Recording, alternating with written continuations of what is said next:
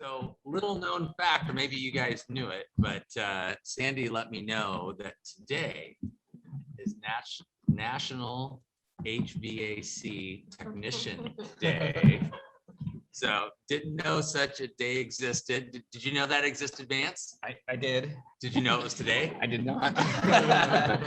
So, well, thank you, Vance, for keeping us cool when we need to be cool and warm when we need to be kept warm. So sure, much appreciated. So hopefully we have an agenda that I think you're starting with Articles 3 and 25. Yeah, I thought we'd do 3 and 25, and then I know you guys have 18 in a presentation, and then we've come back and do our presentation before we caucus. Mhm. One of the reasons for that as well is that Ty is actually kind of working for you today a little bit. So, Okay. so we need to kind of give him some notice to come in for Sure. the presentation part of it. And just to let you know, Scott couldn't be here today, and Brett's leaving here a little early. They're doing a long-range facilities work group meeting out in Pratt this afternoon, this evening. So they're There's a few folks that will have to leave early. Okay. Kind of nature of the business sometimes. Yep. So what I thought we'd do is just 3, I'm assuming you want to kind of digest a little, so versus having like an immediate response to it. So what, if Michelle, if you can have it with 3, largely, I know we haven't really been talking a ton about wages just yet, so we've been trying to work on some of the language stuff. So with 3, you'll see that carried through with here. Our proposal hasn't changed on anything, but some of the language pieces that were in there. we can share.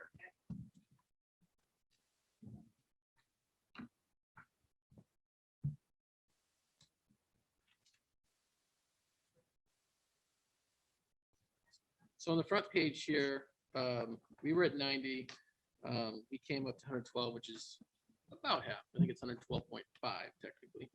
Trying to meet you in the middle on that piece. If you flip the page on the back, this is our counter on the shift is in the blue and the shift differential. We had a lot of great discussions around the 50 cents, and that just, we saw a lot of headaches coming out of that process. We thought this was a little cleaner. And it included language we talked about in the past as well.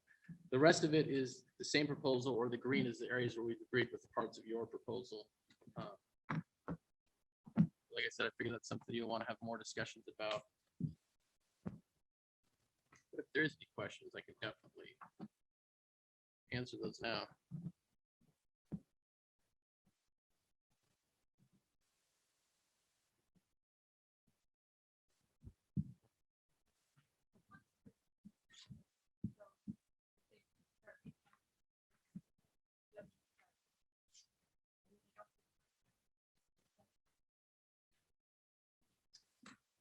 Are you talking about the stuff in yellow? That's stuff that we've proposed before, I believe, and discussed, but I mean, I guess I can try to answer that. If it's on the, yeah. Okay. That's all right.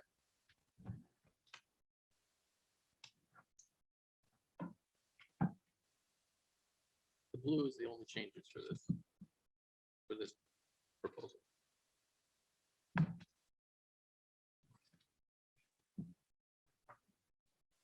If there's no questions with that, then I thought I would do 25 next. I feel like we're much closer on this one in general.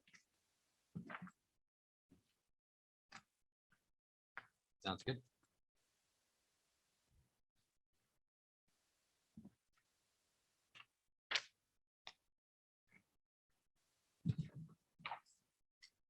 So with 25 here, the green is the stuff that we've already agreed to.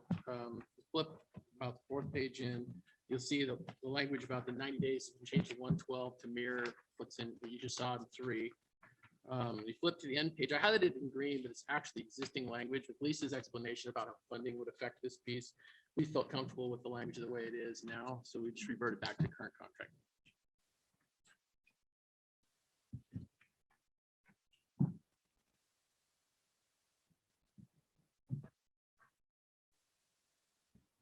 So the only thing left in this article was the 112 days versus 112. 135. Okay, that's it.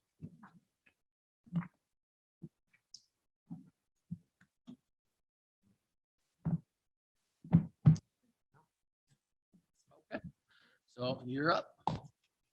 right. Well, we have several documents related to some compensation comparisons and also related to your proposal, some costing out of your proposal. So we got some documents.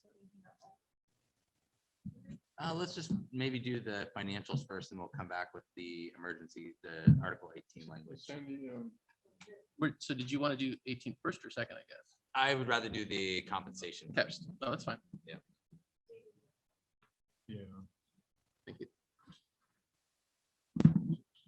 All right, you know what? I forgot. I don't know if you guys know Aaron Brickman. He's the organizer for out here. Yeah, post-COVID, I think. Yeah. Yeah. Okay. Okay. But I forgot to introduce him. He's the organizer out here. So Okay. just said that. Nice to meet you.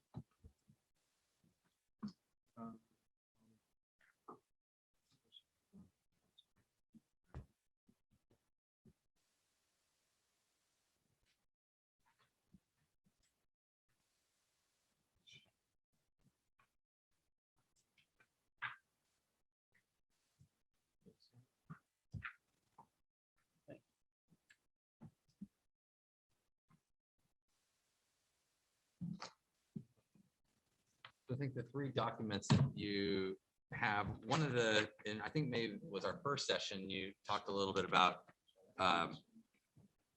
this is some private sector positions. Sorry, you said 3. Do you mean with the double-sided?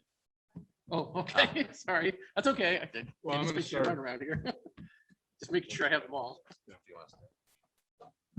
Go back to total cost real. Okay. Sure. Sorry about that. I just want to make sure I have all the documents. Yeah. So I went over this. This will be the first page that I talk Okay, about here. got it. This total cost. Similar format I did last year. Yeah.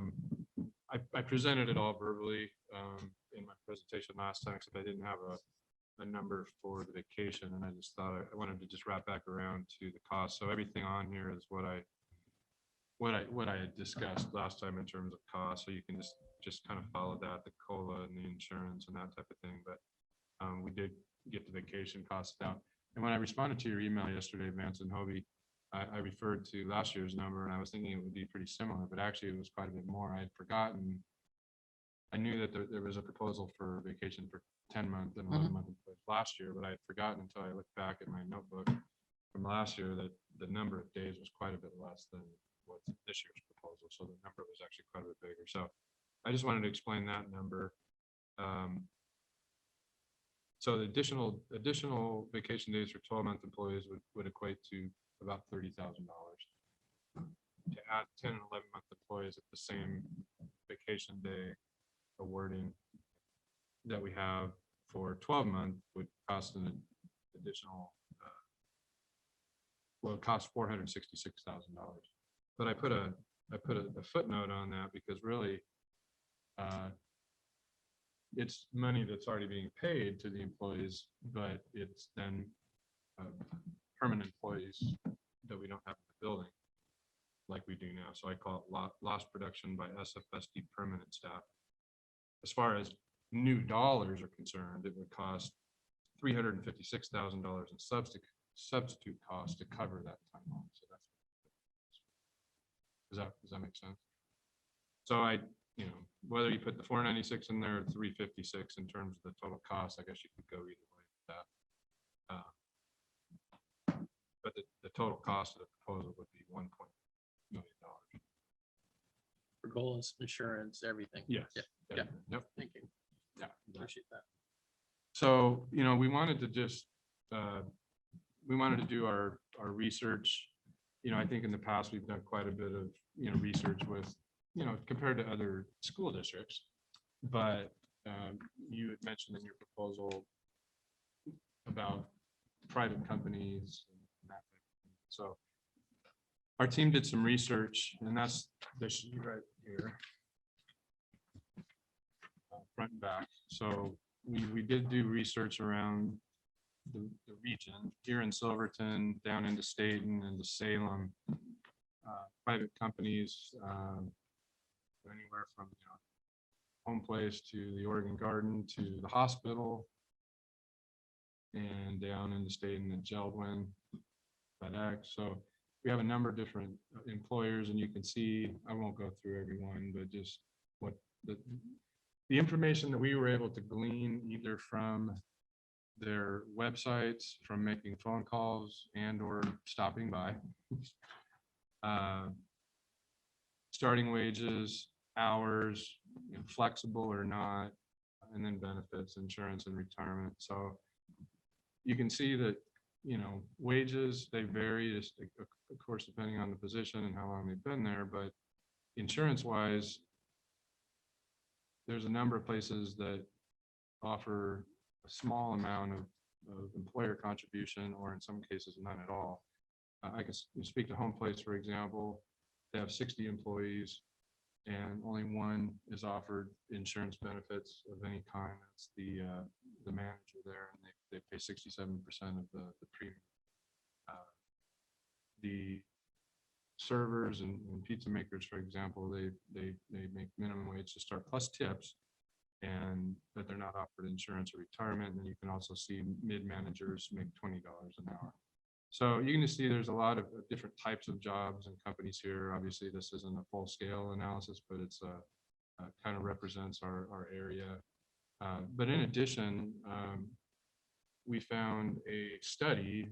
Now it was done in 2019, but I think, was this distributed? Okay, we have a couple copies, and we can send you the link on this. But this is a statewide study by the Oregon Employment Department of benefits across the state, both for private and public employers, and that is actually summed up here at the bottom and into the second page here.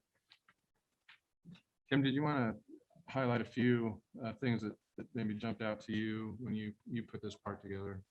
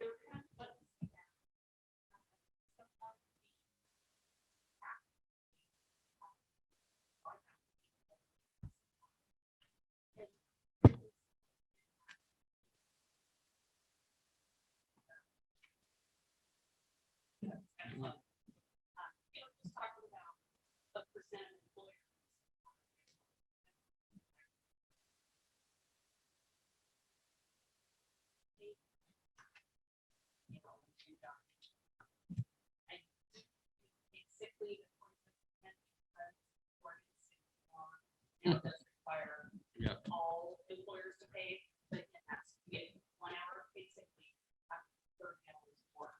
So you have to work. Well,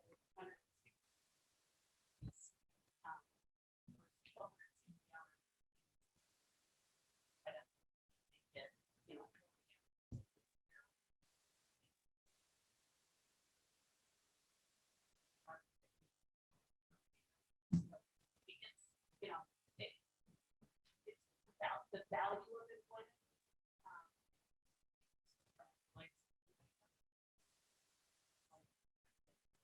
Great survey subject.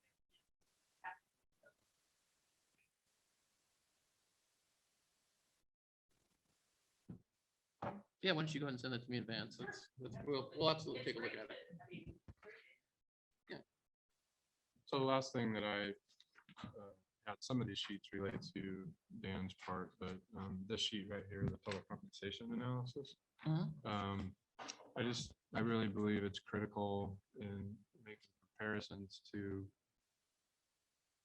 other employment, whether it be private or public sector, that you look at, that we look at the total compensation. And so in this particular analysis, I have the three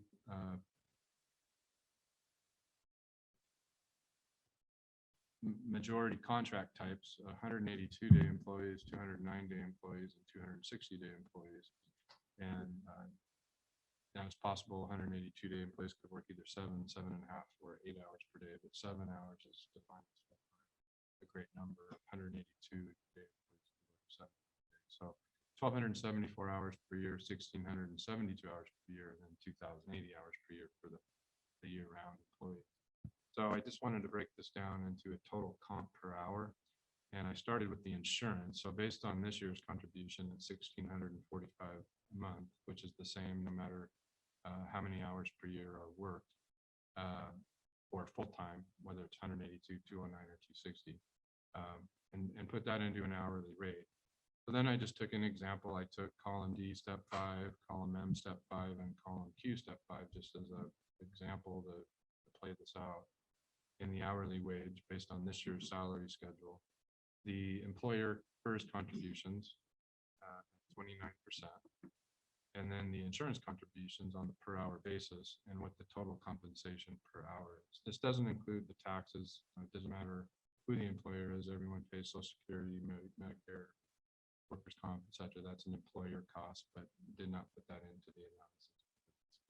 Kind of apples across the board, regardless of the employer. So that ranges from 8 to 9%, depending on the position. The workers' comp rates are different based on that. So anyway, you can just kind of see just in those three major categories of employees in terms of amount per calendar year, per school year, what that equates to per hour on a total compensation basis. I just wanted to. I know I mentioned it verbally. I just wanted to get that on paper. So that was all. Yeah, any questions on any of that information? No, I don't have any. Do you guys? I would be curious to see a more updated study, but I suspect they only do them every few years anyway. So yeah. I'm guessing they. didn't. Okay. Put soda in a water bottle. Right. I'm Soda. guessing they probably didn't have time to do one during them. So. But they just don't do them every year. My guess. Usually every 3 years. I did. And it's really difficult to get someone on the phone. And so most of that is gleaned from websites. I did Right. talk to a few people on the phone, and it's so general what they offer on the website. They'll say pay up to $26, but then you go in and links that starting pay is $15. And then it'll say great benefit package, and then the FedEx one had a disclaimer when you scrolled across the package, and it basically said this package of benefits is not offered to everyone, every position. Right. I can say I did not find one place where the employer pays 100% insurance or pays them. You guys don't have a UPS right here. Or do you? UPS, I actually did look at the UPS. Let me see that. That would be an example of one that does. Yeah, it all, if Yeah, you're it actually, part-time, my son Well, was born. I'd check on the specifics of Oregon, but yeah. Qualified for insurance. Oh, no. If he's working in the warehouse, he has to wait. I think it's he's a driver. I want to make him wait 6 months. The type of- that's where it gets. Oh, he's a seasonal. He's working in the summer. Gotcha. Yeah. There is carve outs for There are certain things like that. carve-outs. Yeah. Most places do not offer insurance, right? Yeah, if you're hired regularly, using the example of EPS, it's usually after 30 days, I believe, you have to work there. No, sorry, they changed it to, they added a lag month on the back end, so it's actually 60 days, and then you the employment, not that lag back end. They put that in a few years ago. But seasonal workers, she's right, they don't, for seasonal, they don't get typically. Only reason why I brought that up is because driving on the radio, I heard UPS saying, hey, come work in the warehouse part-time, benefits and $20 an hour, and all, because they're dying to get people in there. Because I don't know if you've been in the UPS warehouse. I imagine it's a lot like other warehouses, no AC, very, very hot, very sweaty. You're in the trailers, which sit out in the sun all day. So it's just, Well, they'll say benefits, but then you need to. Yeah. That's a lot well, that's of- if you're hired as a regular employee. It's not. as Yeah. simple as just put- No, absolutely not. We had to drive in and talk to some people ourselves. Okay. well, All thank you. right. Well, we'd like to talk a little bit about Article 18 and so Okay. Sandy has a couple of documents there to hand out.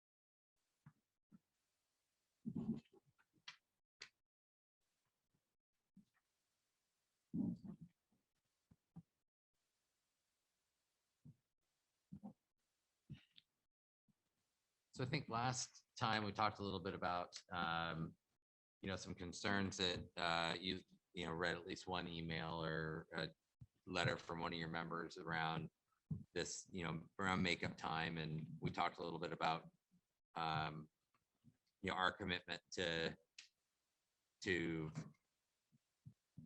all the staff. And so just real quick, this spreadsheet here outlines the closures and, tracking the makeup days. And so for 10-month employees, ended up getting, by my read of this, I didn't put the spreadsheet together, but, got paid for 6 additional days than what was worked. That inaccurate? So, okay. And then 11 and 12 month had, I guess you'd say, 4.5 days paid for than what was contractually required of them in terms of making things up. So I think we demonstrated clearly this year that, we're, not going to put people in tough spots or, in this case of, even yesterday for 10-month employees, we could have continued to have them continue to work per the contract, but we aligned to the teacher contract, and for 10-month employees yesterday, it was their last day. Even though that's not something we had to do, we did better than the contract, right, Hobie? We always can. So I thought that, one of the things that, so the other document that's a 1 page, and I just kind of copied and pasted aspects of the previous contract, because I think, Hobie, you said last time, wanting to keep with current contract language of what we have. So at the top there, I pulled out a couple of sections from the previous contract that I think were issues that we attempted to solve. I highlighted a couple of those. And I think one of the issues, and Vance and Ron, you can, correct me. One of the issues was this 1 emergency day, and then the inconsistency that created for the designated and essential employees that, let's say some members were getting an emergency day off, but then other designated and essential employees weren't receiving that.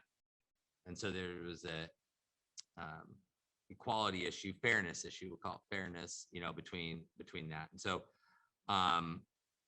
we looked to resolve that issue by coming up with a compensatory day which moving down into current contract language. So that's one thing we tried to fix when we went from the 17 to 19 contract to current contract language. And so I think we fixed that issue. I think what we're trying to do with the outlines down below is in that first paragraph under current contract language, it's green.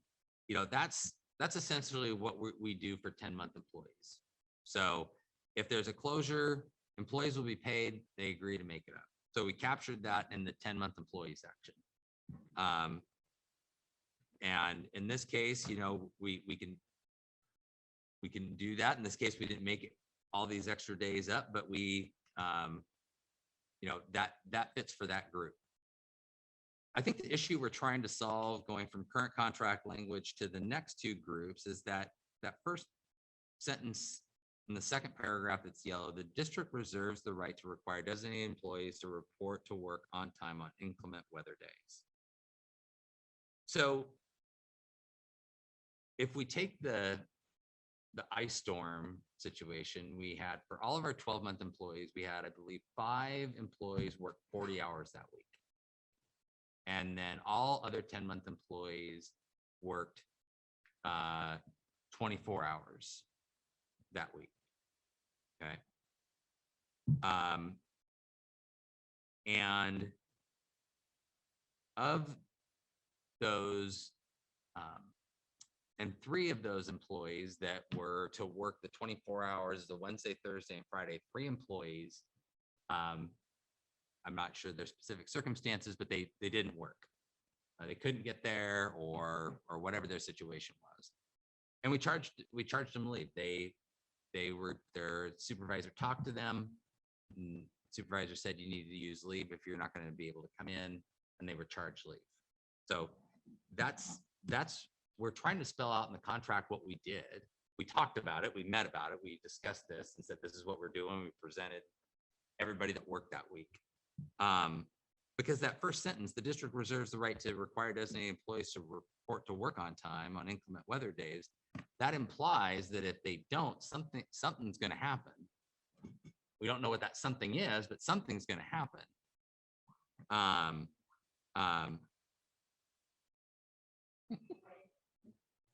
That's a good one. So what we're trying to outline is what both we did in this situation, because the vagueness of that one sentence, you know, doesn't understand what happens if an employee, you know, refuses. So we're really trying to spell out clearly what happens to each employee because that's how we implemented it this last time, and that would be how we would continue to implement it. So, and I think, you know, Hobie, we're trying to, you've frequently talked about the contract being very, you know, kind of a place where people go to get information. We're trying to spell out what we did because, you know, that one sentence doesn't give a lot of clarity around what happens if I refuse to work or can't or something along those lines. So the 3 employees that you charged, were they designated employees or were they just employees?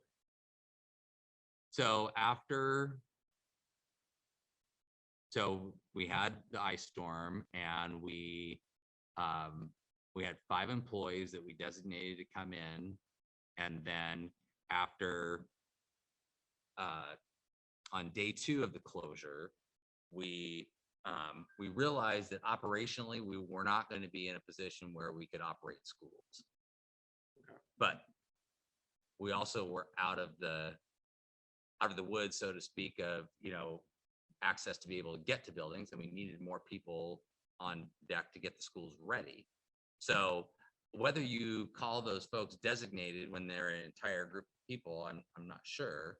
But at that point, and again, this is a once in a lifetime storm, so hopefully we don't get this again. But at that point, whether they were designated or not, it was basically all 12-month employees come back and, you know, need to come back to work. And I think that part of, you know, some of the confusion too is that we had some confusion too around the compensatory day. Is that every day of you know, that if there's only 5 people coming to work when there's a whole group of people not, do those 5 get a compensatory day every time? Or is it what we tried to do is assess the situation, get a few boots on the ground working. And then once we could assess the situation, okay, everybody needs to come in while get ready to reopen. Yeah, and I think, I guess what I seem to recall from last time and what that first sentence you've highlighted there, we were talking about specifically designated employees. Mhm. If they need to come in and ice the sidewalks or, those kinds of things, right? That's how I recall that discussion. We have it. Luckily, we have it on video, so we can go back and look, but that's what I would say the distinction there is. It's not all 10-month employees, it's the one designated to come in with the others are staying home. So I would say in this instance, if 3 people were not designated employees that were charged leave, I would say that would be a violation of the contract. I wouldn't But agree we're- that that's proper. Isn't designated, it's not like we have like labels on, right? I mean, it's not like one job description says this is a designated employee. I mean, by definition, wouldn't a designated employee be someone who I've identified that I need to come in during that period of closure and perform work? The discussions we had last time were focused very heavily around, in fact, I think we even at some points trying, like Dan said, we were trying to muddle through this old language. We said, hey, look, the designated people are the people who are the maintenance folks. So the people that are going to be doing the icing of the roads and making sure that something breaks down. That's the discussions we had. That's what we understood to be designated, is that everybody else would stay home, but these designated few that we need to come in and do. Kind of the example Dan used, where like 5 came in and the rest didn't. But that's how I understood that language. Like I said, we have the benefit of having it recorded, so we can go back and look, absolutely. But that's my understanding of why that first sentence says what it says. I think it actually is very clear. So I guess we're disagreeing on that point, because we're talking about designated employees. They're not your regular employees. They're the designated ones to come in, fix something that breaks, comes in to ice the streets, to make sure people don't fall, if they're here. That kind of work is how I understood that sentence and what it means. So then if they're maintenance people, we'd have a different discussion, right? Because they would be, if they were designated to come in and they were in that group, then that's a different discussion. But if what was presented is that we have 3 10-month employees come in and we're talking about this whole group, that's a different discussion too, right? If we're talking about designated people, I think you have some different options there. But the folks that are just the average people coming in, I think that's a separate discussion. So I think this conversation just kind of exemplifies why you need to have an idea of how it actually works. You need to have a little bit better language than just. well, we could have some discussions specifically around the designated employee that doesn't come in. We're not saying we won't have the discussion. We're saying that we're not going to undo things, which this would do, that would lessen the conditions for the employees. That's what we're talking about. How does it undo something? Well, currently, what happens with a 12-month employee if there's an ice day? Well, if they're in inclement weather.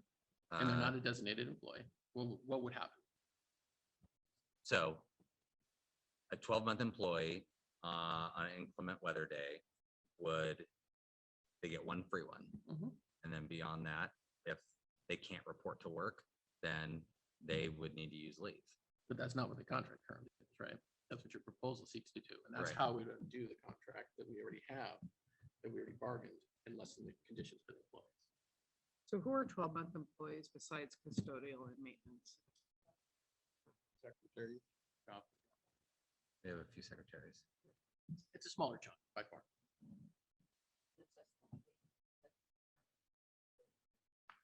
Yeah. Yep.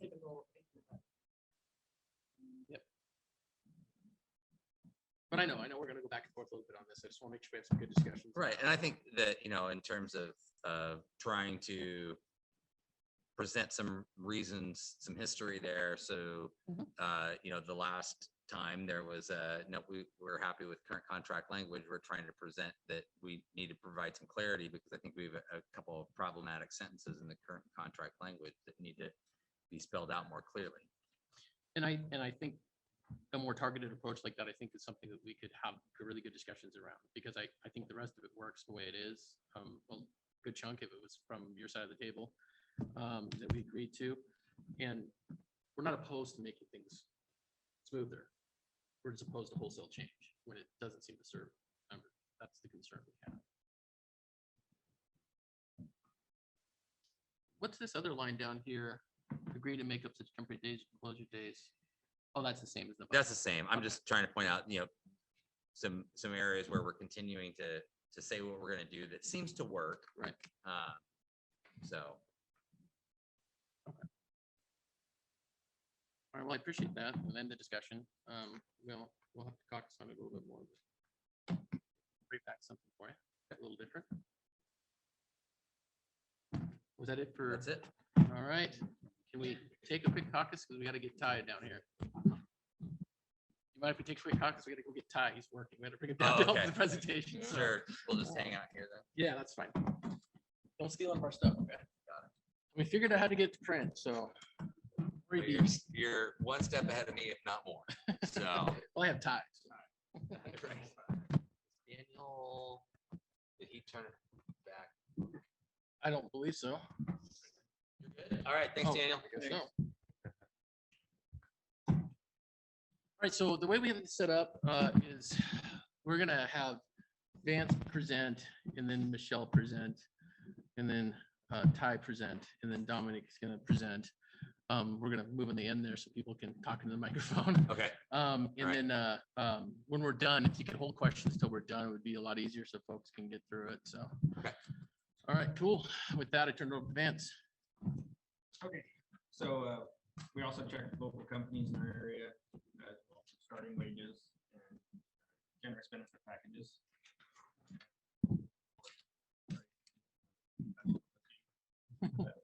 Spreadsheets. Safeway, $13 an hour.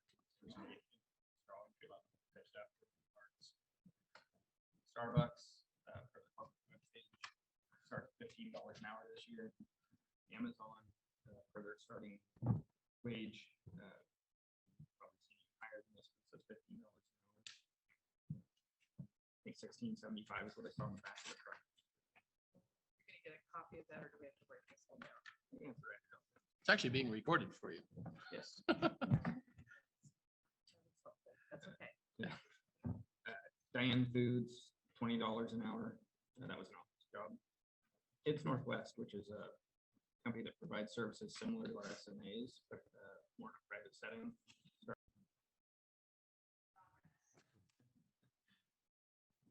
what was that last one? Kids Northwest.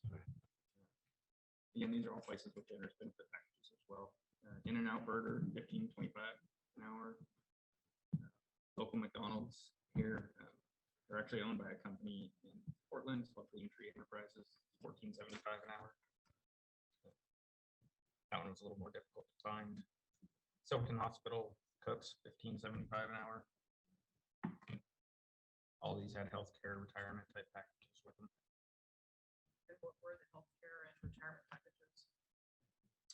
Just, like Sandy said, most of them say generous packages. They don't have specific details to them. I did want to make a note here that, as you're aware, we're losing our skilled and experienced staff. Lost two that we're trying to help with bargaining in the tech department, to other jobs at higher wages, regardless of what the benefit package looks like. People are leaving here for better wages in not very far communities. So who was the other one besides, who was the other person left the tech department? Jonathan. Was there, you said two? Maddie. Okay, If we could hold questions just so they can get. sorry, you're right. Thank you. But those are the two, yeah.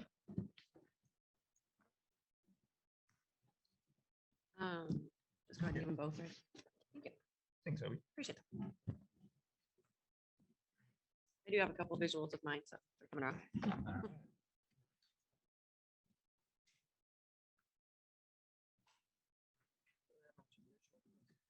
I don't know if you guys noticed, but it's kind of hot outside, so the AC guy's kind of busy this time.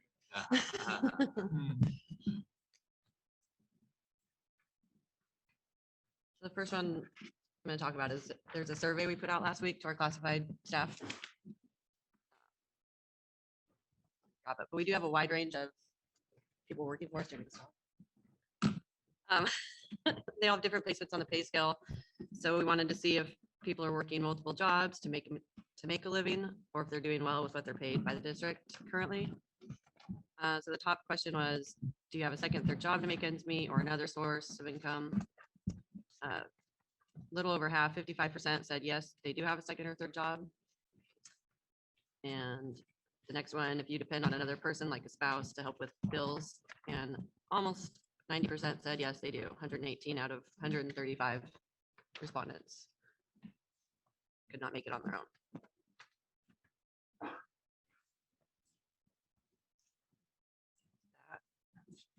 And then the second page, do you guys have any questions on that? or- Okay. Right. If you look at the next page, the Oregon minimum wage titled one.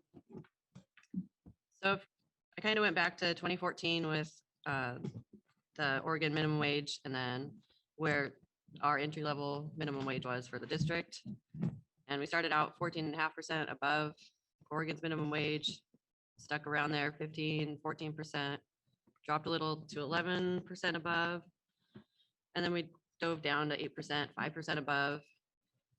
This year with our, well, last year we were back to 10, 11%. But then if you look at where your proposal down below, with the 2% would put us at 1357 for the entry level, and that's only 6.5%. And the next year at 2% again would be 2.5% above Oregon's minimum wage. So it's just something for you to look at and consider.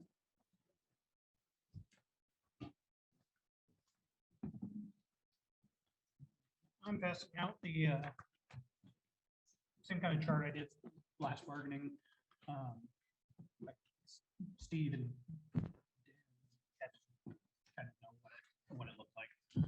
Same thing, just updated, cleaned up a little bit more. The comparable school districts kind of changed a little bit. That was due to the kind of wage comparison committee that we started a few months ago, and so I kind of built off of that. But one new change I added this time around was just kind of the federal poverty level and trying to show where some of the columns fall. And one thing that I did, because I know some of the most of the jobs, well, I wouldn't say most, but these jobs have they generally only work about 4 hours. But I calculated the wages at 8 hours just so I had that. And you can see, especially in the first column, and if you were, I imagine most of our employees are going to be a family of at least 4. They wouldn't even be at their below poverty level according to the feds. So the rest of it is just comparisons. Some of the numbers, I know Hobie can agree to, or back me up on this. Some of these school districts are still in the middle of negotiating, so I could only pull from the most recent contract. So, but it's a nice, it's a high level look. I don't dive down into the nitty gritties. Just a nice, it's a conversation starter.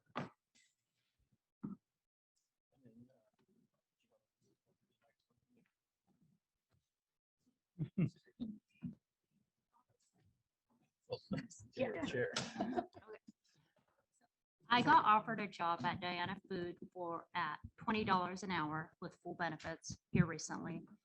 And then my coworker got a job. She's starting on Friday with Kids Northwest, starting $17 an hour with full benefits. So. What the Yeah. full benefits are. Health and insurance, life insurance. Are they 100% paid though by the employer? The whole family, 100% paid for the whole family. At Diana, they're 80%. Thank you.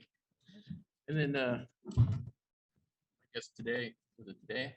Lost one of your cooks to another position. Yeah, I don't know if you guys are aware, one of our summer cooks is making the extra $5 an hour left today. Decided not to do it. She was going to be the lead cook for the program. Yeah, she was a temporary employee. She was done at the end of the day. Right. She was a temporary employee and was going to be a summer cook this summer. So I mean, the overall theme here is that, and I think actually this minimum wage comparison is good. You guys were hovering about 15% above minimum wage. And you can see with the pressure coming up from the bottom, minimum wage, what that's done to that percentage.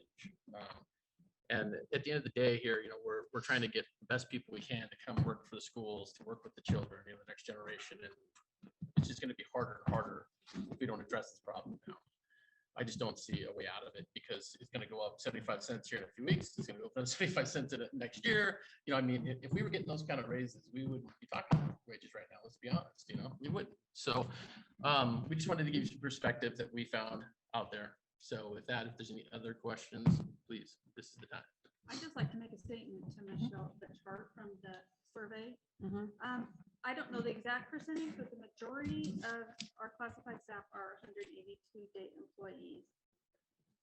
I don't know anyone, and I'm talking from personal experience, that would take a 10-month job, which I did when I first started working, and expect that to be enough to support a family. There are a lot of reasons people take those. One is for the benefits. One is to be home with their kids when the kids are out of school. And I think if you did a survey of the percentage of households where both spouses work, I mean, ask everybody on this table how many of them have spouses that work as well. I think that's just the norm now. Yeah, I think the point of that chart, I mean, I hear what you're saying. I think the point of that chart was to show you that, there's not a lot of room for people that don't have that other income to work here, whether it's good for them or not. If you're a mom with a kid, a single mom, you couldn't do this job. You wouldn't Well, be able to definitely do not it. a 10-month job. Yeah, you No. couldn't do I it, think that so. Makes sense. Yeah, and I understand, we went from a country that used to have How one many breadwinner. people on your side have a second job at your tables? By the answer to that question, I think anybody could say that they have a secondary income. By the way that question was worded, Mhm. I could say I have one. I would tell you, I don't have any hours to work a second job because my current job takes about 12 hours a day, so. And my husband and I have a farm that we do on the side. If I I think divorce, everybody, I mean, it depends on. That's just I don't Lisa. doubt the I have a spouse. The I reason- definitely would have to tell you that I have to have somebody contribute to my household. Right. To make my. Yeah, I mean, I think it depends on, probably how someone looks at that question versus what makes ends meet versus a side hustle, right? I think we've all, depending on how someone infers that question, depends on whether they say yes or no to that. And I could say yes to that question, that I have a side gig. Now to make ends meet, depends on whether I focus on that part of the question or not. Well, and I do think we're getting subjective here. I guess I think what the point that Ron was trying to make is that if you're making like $100 grand a year, you can have a side hustle, but you can live on $100 grand a year. If you're making $13 an hour, it's a little harder. It's just all, it's going to be more than a side hustle for you. So I think that's kind of I agree that it's not helpful to get too married down into specifics of the people here, but this survey was put out so people, and they responded, 135 people responded. It wasn't like just 5 or 6 responded. So obviously this is an issue that's out there that people are, concerned about, right? And we don't expect the district to fix all the world's problems. This country used to be a, one breadwinner, and then people, kind of went back and forth in that job. And now both parents have to work usually to make ends meet. But the question becomes, a lot of these folks, and the second piece of that job was, even without, you got the spouse question, then you got the, how many have to have a second job or a third job, right? And that was like most of the people, right? It wasn't even the spouse question, it was less. So it's just getting harder and harder for folks to do this. And it pushes pressure onto them to go somewhere else where if they can work 12 months a year. There is some that absolutely probably fall in the category you're talking about, Sandy. But there's a good chunk that are just trying to make ends meet. I mean, we have people leaving that, I've been seeing it in other districts where you have 27-year employees leaving because they just can't do it anymore. It's just too little. And that's somebody who's been here, for the better part of 3 decades. And this is not a Silver Falls problem only, but we got to deal with it in each district. This is how we deal with it, right? So We've talked before about the different columns that and kind of looking at where, there, I think.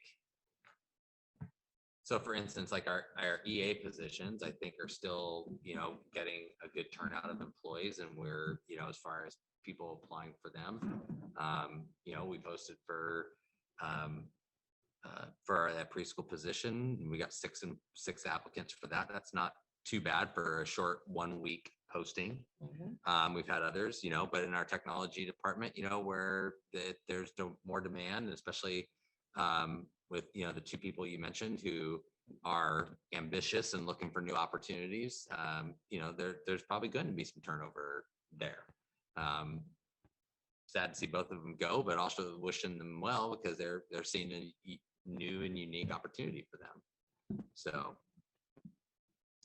Yeah, so anyway, I hear you what you're saying. This, I think you have our proposal. I think this is a good time to break and just kind of figure out what we want to, because we still got to do, we still got to work on what, 11 and 4, sorry, 3 and 4.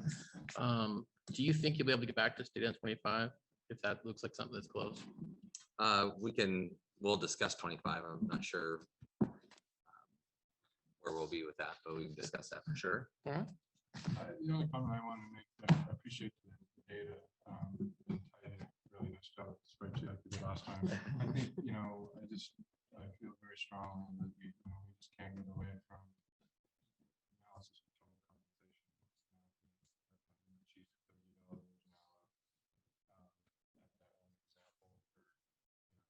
for employees, for example, in column D. That's the bottom line. Is total compensation. I've always been an advocate, you can slice the pie up however you want. If you wanted, a little less in insurance and a higher wage, fine, but there's only so many dollars that we have in the district budget where, I just think when you look at this, it's just a wage analysis. I know that we do as good or better than every district on here for insurance. I think we're in the top 5% in the state in terms of our insurance contribution. And the comparisons you found, I think, are great. But, we can't just go with generous benefit package. We got to find out the details because the devil's in the details and knowing exactly how it breaks down. Do they have step rates for individual two-party family? We have a unit rate, so families are covered. Obviously OABB also has that option. We haven't done that because the unit rate's been more beneficial for more of our employees, regardless of, they're licensed or classified or what have you. But those are critical details. And also the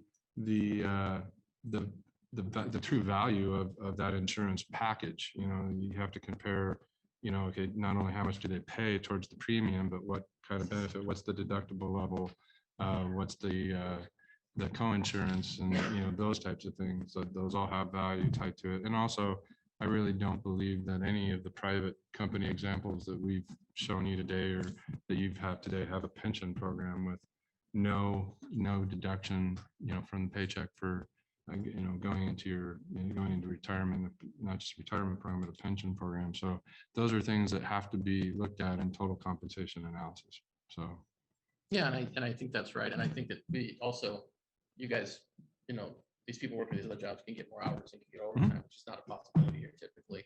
but They don't have the PERS defined benefit.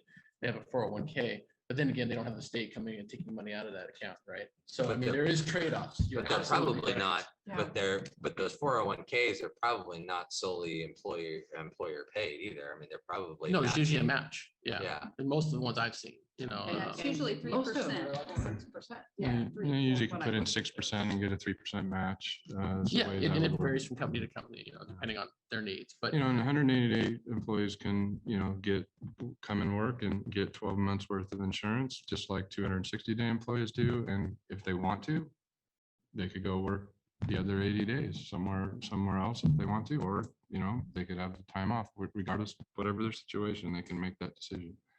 I was curious about the one that went to Kids Northwest. Is that a summertime employment?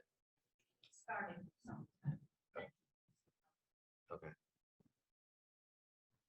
So we have an $18.30 wage out there for this summer, and we're having a hard time filling, those positions. So it's hard. Now everyone's trying to jump up those types of things and even doing signing bonuses, but that's just not something we can do. yeah, and you just drive around, you see help wanted everywhere. Right. Yeah, it is a problem. Yep, That's for absolutely. sure. Yeah. So, Childcare is killing us. Yeah. Those equations, I think. yeah, it could be. Sometimes it costs more money. to So work. do we want to say, how long do you want to caucus for? I know we're How long supposed to do be you- done at 4:30. What's that? I know we're done at 4:30 today, right? Or is Oh, it it's 6:30? I thought I have 6:30. Oh, it is 6:30. So yeah. Do you want to? I just had a clarification question for Ty on this. On these, the poverty scale, which that's actually very helpful. So is that adjusted to 66% of the poverty scale? Because you've got your note here about 182 working days. So is that Oh, the poverty scale brought down to 182 out of 260 as well? No, Okay. that was one of the reasons why I just did like a full-time kind of compare. Sorry, I didn't cite where I grabbed that. No, that's okay. chart It from. just like, yeah, so for like our blue line of estimated salaries, that's only really 66, working 66% of the year, but that poverty level is 100% work, right? Based on Yes. 8 hours. Okay, perfect. Okay, I just wanted, No, I didn't no, know if you'd yeah. already prorated them. Thank you. And to be clear that it's based on 8 hours, which some jobs are 4 and some are 6, right? So it's, he just needed a common number to fall through for the equation. But it's also based on 12 months. Well, that's what I was asking. That's if true. The poverty Yeah. level was adjusted Yeah. to a Right. 66% work year. Yeah. Yeah, so it's 100% work. If you're working full time. that's the poverty level. Further below the poverty. So do we want to maybe text each other around 4:30 and just kind of see where we're at? It sounds like a good plan. If you guys, if 25 looks like something you can figure out sooner, we can come back and take care of that at the very least. So. Okay. So it's our first bundle of the our bargaining. Down below our PERS redirect proposal has changed. You see here, we're asking to allow folks to cash into a TSA. Any additional leave times they have or compensatory time they have. So that's a change. And then up at the top, I forgot to point out, we came down from 3 to 250. And I think that is the extent of the changes on this particular article. We have agreement on 120. That's on there too. It's green. Oh, that's weird. They've already seen that language. They haven't seen response back to that. Yeah. Sorry, he's pointing out the language on the swing shift. I know Right. you got that last time, so I got a chance to respond to it. And then Article 4, we dropped that down to 1720 for the insurance. And we brought down the opt-out to 600. That's the two changes on the front. And I believe that's the extent of the changes on that one too. We're still waiting to hear back from you on some of the other yellow stuff. It's still there. And then on 16, we heard what Steve had to say about covering for subs, vacation for all 10-month employees. So we found a way that would eliminate that chunk of the money that he pointed out by having them schedule when there's non-student contact dates. That's at the bottom of 16. Then we have an extra page for no reason. And then on 18, we had a good discussion, actually took up a good chunk of the time that we spent there. Got in technical errors with that printing and whatnot. But we came to the point where we kind of agree, if you have your designated employees, like your folks that we talked about, that have to be out here to make the schools safe and whatnot. And they're designated to come in, then they should come in. And if they don't, there should be some form of, I don't want to say discipline, because that's the wrong word, but some form of accountability. So we have made that change here in this bundle. Like I said, we had some really good discussion around this and felt that, it's like the example I think you gave, where you had 10 people that were designated to come in for maintenance or whatnot, and 7 showed up and 3 didn't. We dug into that number a little bit and found out some different things going on there. So we understood why some of them didn't come in, but then some of them we didn't. So that kind of made sense to us. So we augmented it in that one piece there from the current contract language.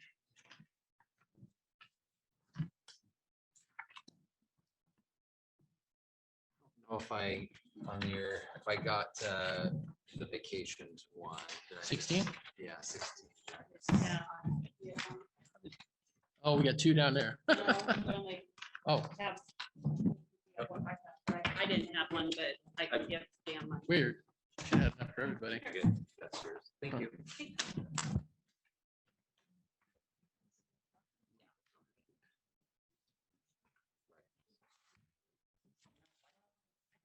have a numerical order. Sorry. All right. So on that article on 16, so with 10-month employees only scheduling vacation on non-student contact days. Would you say that's indirectly making the 182-day employees kind of 192-day then, or because that's essentially, Well, it would depend on the vacation that they've earned, right? I mean, what they have available, but yeah, the idea is that you would save the sub costs for them. And then they would schedule on times like spring break, winter break, things like that, where they're not in there, so you don't have to have a conflict between, have to hire a sub for them. So a concern with that is the cost of the employee vacation was significantly more than the cost of the subs. So this is a more expensive proposal here. Well, yeah, I suppose so. We're trying to address that. 25 extra paid days. for the- Exactly. So, for the most Potentially, part, yeah. Because these 10-month employees, they work student contact days. There are very few days that are not student contact days. Okay. So this doesn't make any sense to me.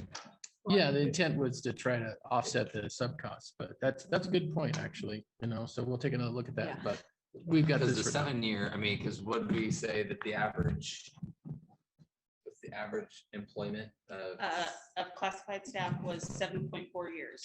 The average, I just real quick, while we were in there, ran it. And the average non-12 month, so 10 and 11 month only, is what I did, is 7.4 years. 7.4 Mhm. years. Okay, well, that's new information. That's good to have. Yeah.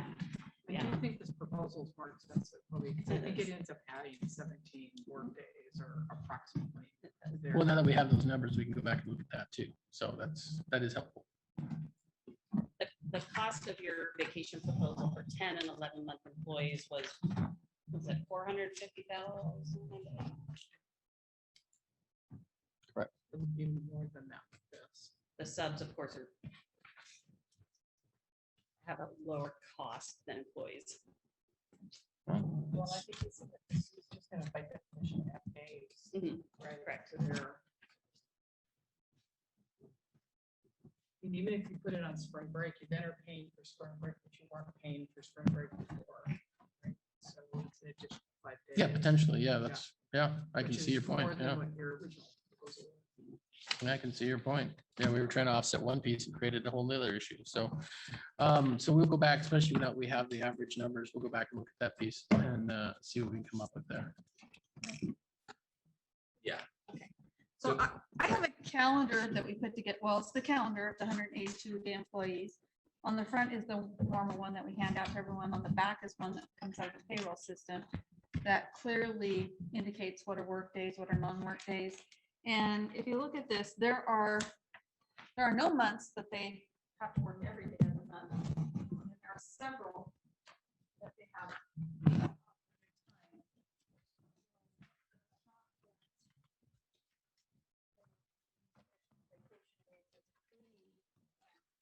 Hard to make.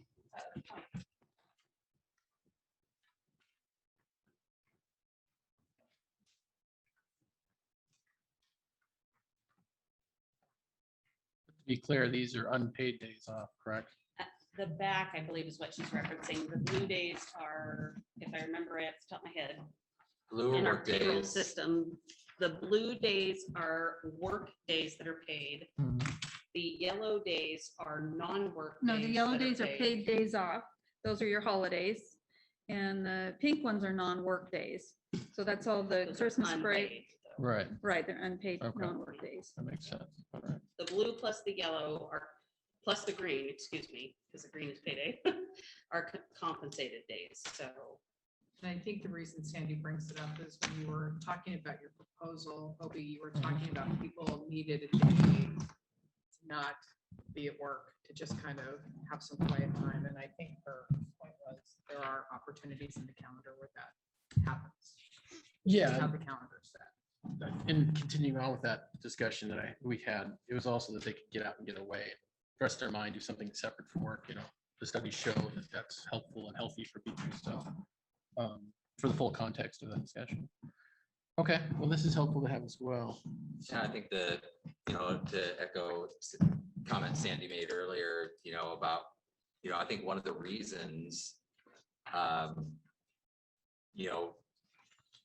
the 10-month employees, what's attractive is the fact that you have a really predictable schedule that's that you're going to have Thanksgiving week off. You don't have to be the family member who, whose schedule are we working around? The holidays, that's a very predictable schedule that you get to have. And so that you typically aligns if you're a parent with your kids' schedule. So I think that there's some intangibles there that are what and why we have such low turnover, especially in those 10-month positions. So It largely takes away the choice, though. They don't get to choose to take back, Valentine's Day off or their anniversary off or their birthday off, especially if it's a spouse that they want to go celebrate with.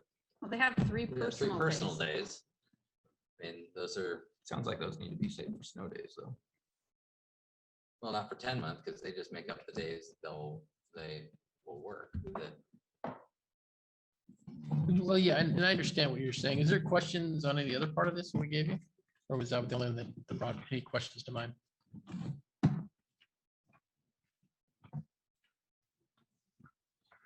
Or did you have your own proposals, I guess? So with help me, so for the PERS pickup, so is this for all employees? Yes, yes, yes, yes. So It it'd would be, be anybody who is employed that has extra time at the end of the year, that it's rather than cashing it out. they could- whether or not they're affected by the pickup. issue by the Yeah, yeah. I think that's gonna be a lot easier than trying to do it hit or So miss. isn't that more of a lead? I mean, to me, that's not a person pickup issue. It would address both. It would address that. That would be the easy, my opinion is that would be the easier way to do it, because then you don't have to segregate out certain people. And if they want to set, I mean, at the end of the day, you're paying them when they're cashing it out, right? So why would we want to segregate them out? It would cover both. I was Well, just I asking guess why it's the- under person pickup. Why? are Because it those- was initially, the proposal was the PERS redirect was where we put it, because it's the section of the contract that talks about it. I think his point is it doesn't feel like this really addresses the PERS redirect issue. It's just that you're finding a way to gather up some cash and dump it into the TSA. Well, we haven't seen a proposal from you guys on the PERS redirect. My understanding is you want to stay with existing contract language. If that's the case, then, I mean, we're open to more ideas, but this is one that people could fund it themselves through stuff they normally be cashed out on. So it felt like it was, So a then it win-win. should say for people that the PERS redirect affects rather than everybody. that's not what it says. It would be for everybody. That's the way it's proposed here. It would cover both groups. I don't think it's a bad idea for any of these folks, because as they get, they raise up their wages, they stay here longer, they're gonna tip into that other column where they're gonna have to offset it at some point, most likely. So this gives them the ability to set it up early, get it done. It's still money that they would be cashed out in, right? So for the most part, so that allows them a way to save some of that money rather than just being given a paycheck. Can you help me understand though, how that's different than their current, they're currently, other than throwing in that we can pay out vacation days, Mhm. that is the only change I see to existing contract. Every employee can deposit funds from payout of personal days or comp time into a TSA at any time. So if that's the case, then it sounds like we're close on this piece. But, That's so the you're trying to employee's address the choice. vacation day. Right, That's what it's this still the is. employee's choice if you're in language. Still the So, employee's choice. so it really could just be removed, you're saying. What I'm saying is that we're trying to come up with a way that doesn't cost the district extra money, because you don't want to pay extra money. And we're trying to find out a way that folks can augment this redirect. If other folks want to set up an additional savings process, like you're saying they can do, then why don't we allow them to do this? I mean, if you get cashed out, It says they can set up a TSA.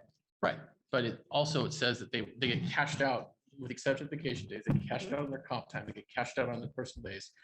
But when they're cashed out, then they'd have to deduct the money versus if they did it the other way where they would cash out into the TSA, they would save that deduction from their taxes, right? We're going pre-tax, or am I getting that wrong? It has to be put into their paycheck and they would then have to have a pre-tax deduction out of their paycheck. So you're saying that, It is compensable. It is wages paid to the employee. no, I So- understand that, yeah. But So you're how saying it is would this go in- different than, hey, I know let's just go with June paycheck. Everybody knows they get paid out their personal leave and comp time that's left. Right. If I knew I was getting my personal leave and comp time, all I would need to do is contact a payroll, submit the form, and the amount of money I chose would go right into my TSA. So it would go in pre-tax still? Yes, absolutely. All TSA contributions are pre-tax, excuse me. 403B, which is truly a 403B, TSA, Yeah, are pre-tax. If you choose a Roth or other investment vehicle, it may not be pre-tax. But Okay. every employee, and that's addressed in our section 125 section of the contract. That every employee, regardless of hours, a day, can participate in our section 125 benefits. okay. Yeah, no, I've seen that in there. My understanding was the things were cashed out and then you would have to put it in kind of like a Roth after the fact. So you're saying that's not the case. That's not the No, practice. you could Okay. choose whatever investment vehicle you choose, whether it's a pre-tax or post-tax based on a 403B, a Roth, 457. Yeah, those are all available. And in fact, you probably allow them to do it on a one-off or. I have people that change it every single month. Yes, Okay. yes. Well, it sounds like it might be closer on that piece than I thought. So that might be very helpful. Okay. Yeah, I just wanted to clarify, yeah. No, it's good because I had gotten clearly a different impression of how things work. So Okay. it's good to know. It's good information. Yeah, I just think that it feels like we left the redirect issue and we're looking to kind of like a couple of these other ones on the volunteer and public safety, where it kind of feels like we're addressing another part of the contract and putting it under this, in this case, under this PERS pickup, where, I mean, some of this might be, just like we found out, there's things available that we may not have known. But it kind of feels like this has really nothing to do with the redirect. Well, no, that's the point of putting it forward, is that the redirect happened. And we tried to bargain that here and didn't succeed. And so now we're coming to this bargaining session to try to address it again. So that's exactly what we're doing. And PERS speaks to it in that section. So it was put in that section. Now, if you feel it's wrong or it should be some other article, I'm sorry, this is where we've proposed it. So you'll have to tailor your proposals or choose not to bargain it, whatever the decision is you make. But the intent was to put it where it made sense to us. Now, if you don't agree, I get it, but that's where we put it. Because it says PERS, talks about it there. That's why we put it in that section. So. This doesn't But talk about. it doesn't say PERS. anything about PERS. It talks about just, Which the section it's in? No, the language itself doesn't talk anything about PERS. It talks about that if you have compensatory time or personal leave that you're getting as part of that cash out, you can put it in a TSA, which is consistent with the language that's in some of the deduction pieces. I mean, it doesn't seem like it, I think what Dan's saying is it doesn't feel like it has any connection or tie to PERS. your two previous proposals, there was a trigger, anyone that has a 2.5 PERS redirect by the state will get this. So you had these two things that were connecting to what we had previously bargained around the PERS redirect. But now this has no indication that it has anything to do with somebody having a PERS redirect that you're seeking additional some kind of compensation for. Well, the intent was that it would address the PERS redirect and anybody else who wanted to do this. That was the intent. So Well, that's I the guess- whole bargaining unit. So, well, I'm not sure what it cost you either. I guess I'm trying to figure that piece out. Well, I mean, we found like some of this stuff we can just do without any kind of agreement, it sounds like. Maybe just some education, to members that your personal day for sure, right? Your personal day can be cashed out. and Any actually- compensation of any kind at any day could be put into a TSA, Well, up to IRS limits. I Right, guess I need to right. put that out there, but on a tax sheltered annuity is indeed tax sheltered, meaning it's going to be pre-tax. So Article 5 does address that all employees can access the TSAs.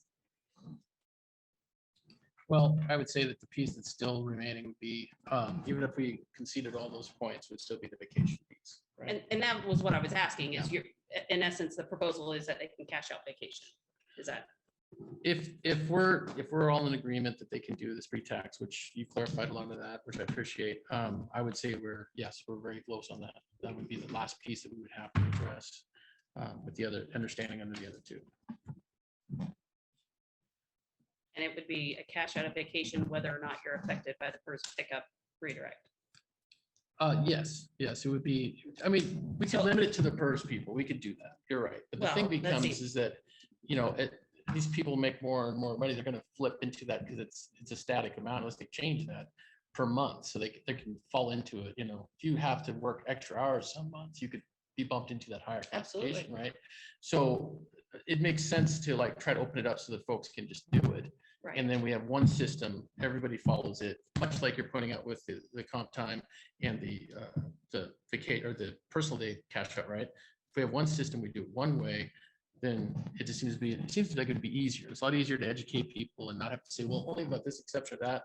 This kind of covers it all real basically. That's the intent here. That's the idea.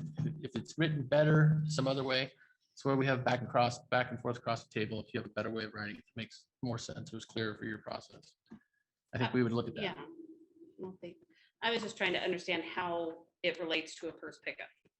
Requesting payout of vacation, how does that relate to PERS Because pickup? then they're able to put back in some of that money through another process using their own monies to offset something that the state did to them. That's essentially it. Perfect. So they would not be able to cash out vacation days just for cash, only if they choose Correct. to put it in. a- No, that's Uh, correct. I That's do a great believe it says clarification, yeah. cash out or put into a TSA. It does not say it Oh, has to be. I think it does. Well, I we think can, you're we right. can. But we'd be willing to make change that change. Okay, That's that's what we why, talked I about. guess that's why I was clarifying. Are we just asking for vacation cash outs? Because of- Right, it gets cashed out, whether it goes to your bank or goes to a TSA, that's the Right. employees. That's a separate election that Right. must be made on a, no, and that's a good point. That's a Okay. good point. And probably that copy and paste got a little bit wild.